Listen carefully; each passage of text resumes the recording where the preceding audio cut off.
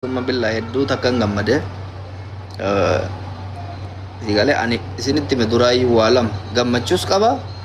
akka nattis dhagaamee jira waan ilmoo kiyyaatiif ani guyyaa takka mucaa kiyyarraa guyyaa lama bulee hin beeku guyyaa sadii yoo xiqqaate guyyaa lama sadii sanuu ila iskuula fiyyo minamina irraa akka inni mashguulan taaneef jedheefa jalaa yoo miliqe malee in dhufa mucaan guyyaa takkaa guyyaa lama waan jalaa miliqe akka inni seeran baratuuf dhufee olaatumu Mbeka wanta manni walumbira manni ken igale so kanaaf natti dhagamar male waan bira alhamdulillah du gammade tani walitti dachana gaafiyo qabatani motu gaafi keessani video sini jeddachi jalatti barreeffata ni deebisa akka dhuunfatitti gaafi kabaja qaba gaafi argite bifa wanno jedhe yoo ne injiraame bifa beekumsaa qabu bifa kabajaa qabu yoo ta'e gaafiilee bira ani maraattota warra taa'ee haasa'u taa'ee ofiitti tasnaan silkii baay'ee silkii sadii moo lama qaba yuuzarii tokko asii nama bira hordofaa tokko achiin in taa'ee in tasnaanna maaliif nan aarsani waan namni jedhu kana waggaa afur dura limdii naatee waan ta'eef hin beeyta yoo yaadattan ta'e gaafa jalqabaa walitti buunusanii hedduu ajandaa ture waggaa tokkoo fi cinaa ol gisee san baradhan san dura anaaf haaraa turani miidiyaa irratti hin beeytanii nama tokkoo fi kabajaa fi waan hundaan hin beekama waan ta'eef wannoo jedhe so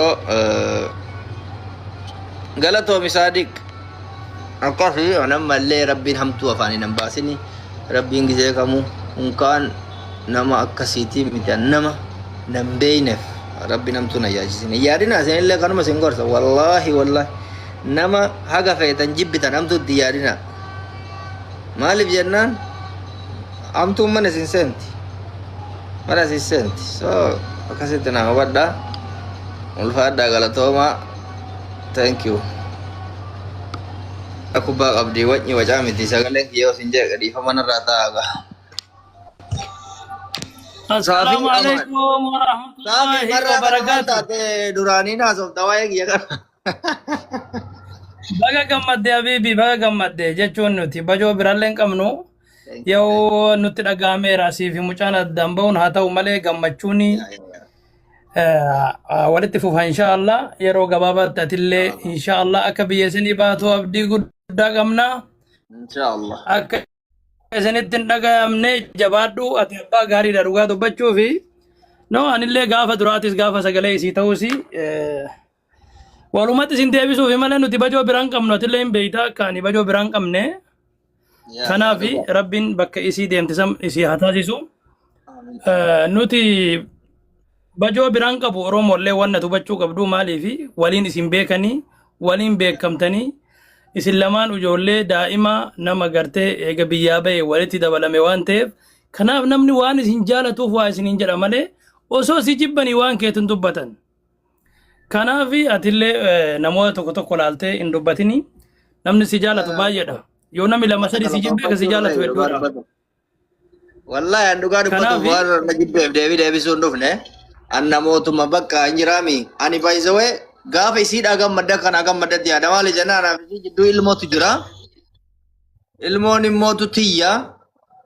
ilmoo tiyyaaf immoo an dirqama gammada jaaladhe osoo hin ta'in dirqama gammada Uni fedhii fi kaayyoo kiyya gaafa namni naa gammadani faallaa gammada namni gaafa akkasitti gammadu san namni tokko bar waan na aaru faase namni akkamitti dhala ofiitti taara yaabo waan ana soo danda'ame kanaadaa miti maarsii gubbaa naa akka ba'u barbaada warri ilmoon biyya maal taate maarsii addunyaa bira so ani dhugaa rabbi jaalala bakka jaalalli maal akka ta'e na agarsiisutti gammadee dhufeeyyan malee ani qeeqa nama tokko nama lama maal amma maqaa yoo ta'e vaaliyuu isaan kaasu nama baay'ee namni tokko taa'etuma yaada hin jirre addunyaa kanarra hin jirre faa nama haasa'u jira warra yaada addunyaa kana nutu oofe warra jedhee haasa'e faatu jira warra ajaa'ibe bakka sila of bira fide moo Itoophiyaa of bira fide moo Keeniyaa of bira fide moo Suudii kan na jechisiisu faa ga'eebe. Ay nuti beeyda namoonni tokko ani wallahi waan irra deebi'ee borillee iftaanillee waan gurra sii dura dhageettan jalqaba hanga xumuraatti dalagaa kiyyaan isinin jedhe nama tokko qofatu kana keessa harka qaba. Ispoonsara isii har'a Kanaadaa geette kana nama tokko qofatu harka keessaa qaba. Oromoo miliyoona 60 keessaa kun kijiba. Anarraa kanaaf jechuudha nama tokko bicha ka anarraa hafe nama tokko. Guyyaa tokkoon galateeffadha nama sana. Ni galee.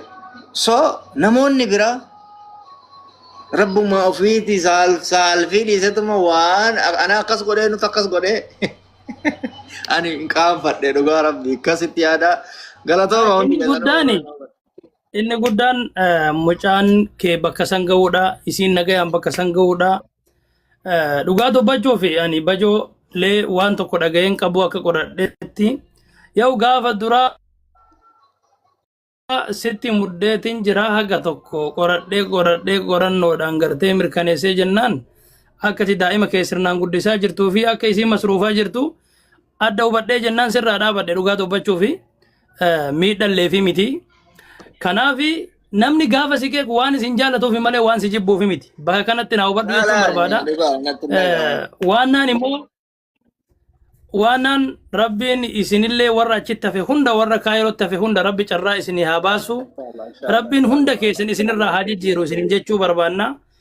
Baay'ee Oromoo warra kaayiroo hin jaalatu. Osoo isin jaalachuu baatanii waan keessa yeroo baay'een dubbatan. Gara kanaan hubadhaa isin jechuu barbaadaani.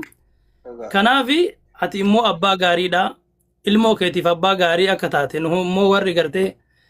keessatti isin beeku isin mirkaneessinaa. Kuni immoo hubatamaadha Oromoo duratti. Ilmi sun haala saniin guddachuun haala saniin barnoota isaa oofachuun isaa sun kuni namoota si jibbanilleef deebii ta'a jedheetii yaada. Osoo atuu deebiin kennine haalli mucaan sun itti guddate haalli mucaan sun keessa ture dhugaa dubbachuuf deebii ta'a jedheetii yaada. Ummu firuulleen guyyaa tokko waa'ee kee dubbatteen qabdu osoo isin dubbattee qaccee qabanii fiiganii jechuudha. Kanaaf ati jabaadhu rabbiin isinirraa haa jijjiiru warra achitti hafe hunda keessan tokko lama osoo hin taane hunda keessaniif carraan haa bayu yoo isin achi gammaddan ummanni Oromoo hin gammada. Ummanni Oromoo gaafa isinirraa jijjiiramtu isiniif gammadaa jechuudha. Kanaaf haala kanaan hubadhaa namni hunduu namni isin jibbu hin jiru. Namni tokko lama immoo nama keessan dhabamu namni nama jibbu. Namni nama cabsuu barbaadu. Namni gartee akka isin guddattan hin barbaanne hin dhabamu waan ta'eef haaluma kanaan hubattanii hunda keessanii rabbi carraa gaarii isinii haa baasu yeroo gabaabatti rabbiin sii fi mucaa keetillee wal biratti nu haa agarsiisu jechuun jaaladha. Ulfaadhu galatoomi fi amaanillaa. Wallahi galatoomi isaa fi kenna wanti biraa hin jirtu dhuguma akkuma jette baay'ee namni siqee qullee hin jiraanne hin jabaattu iyyuu. Ani maaltu naan ta'in beekta maaltu akka naan taane tokko isinitti himu ani faarfamuun jaaladhu maal keessattuu maalitti naan jedhe gisee baay'ee hoo ati bar ilmoo keetii akkas taata ati ilmoo keetiin dhaabatta ati ilmoo keetii yaa habiibi dhala kiyyaa barka isaa eenyu abbaa kootiif jiraadhaan akkamitti faarfama ilmoo kootiif inumaan fedhu wallaahi ani ilmoo kiyya yoo hin jiraanne maal godhaa dhaladheeyyu maaliif addunyaa jaartii fuudhummaa nama barbaachisa yoo ilmoo ofiitti hin dhaaban kana baay'ee hin dogongorina waan hin qabneef namoonni amma ilmoo hin qabne miira kanan beeytan ta'a. Ilmoo keetii jaalattee osoo hin taane dirqamtee dhaabatta dirqamtee kuni dirqama rabbiin irra namatti kenne an akkamitti ilmoo kee akka malee jiraachifta ilmoo keetii ati hin jirtu nam jedhama lafattis online irrattis baay'ee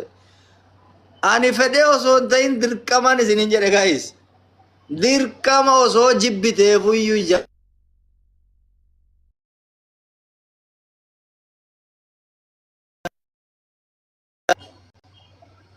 tokko tokko nama maratee kan dawwala araba innaa akkasii ilmoo keessan garuu dhugaa qaba namni